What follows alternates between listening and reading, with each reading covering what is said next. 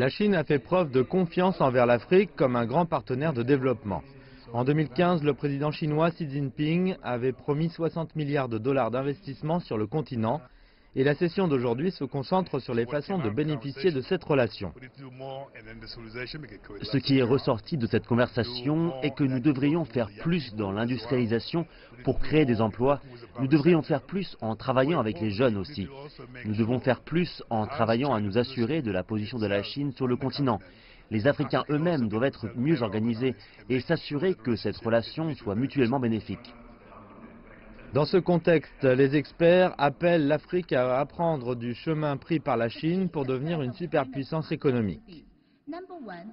La clé du succès de la Chine est numéro 1, la création d'emplois, c'est la leçon. Numéro 2, comment la Chine a-t-elle fait pour créer autant d'emplois?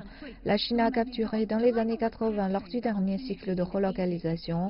La Chine a pu créer des millions d'emplois en devenant le centre manufacturier du monde et cela a tout lancé dans ce pays pauvre.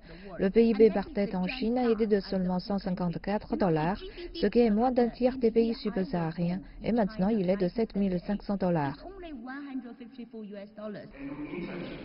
10 000 entreprises chinoises opèrent actuellement en Afrique, la plupart avec de grands projets. Toutefois, la mode change, par exemple dans l'espace de l'énergie renouvelable. Sherif El Gabali, un jeune homme d'affaires égyptien, est partenaire de firmes chinoises pour construire ce qui sera le plus grand parc solaire du monde. Aujourd'hui, nous voyons une nouvelle ère, avec une Chine qui s'étend dans le monde, avec un président qui a une nouvelle vision d'une ceinture et d'une route, et l'Égypte est au cœur de cette initiative. Nous voyons de grandes opportunités pour faire le pont entre l'Égypte, l'Afrique et la Chine.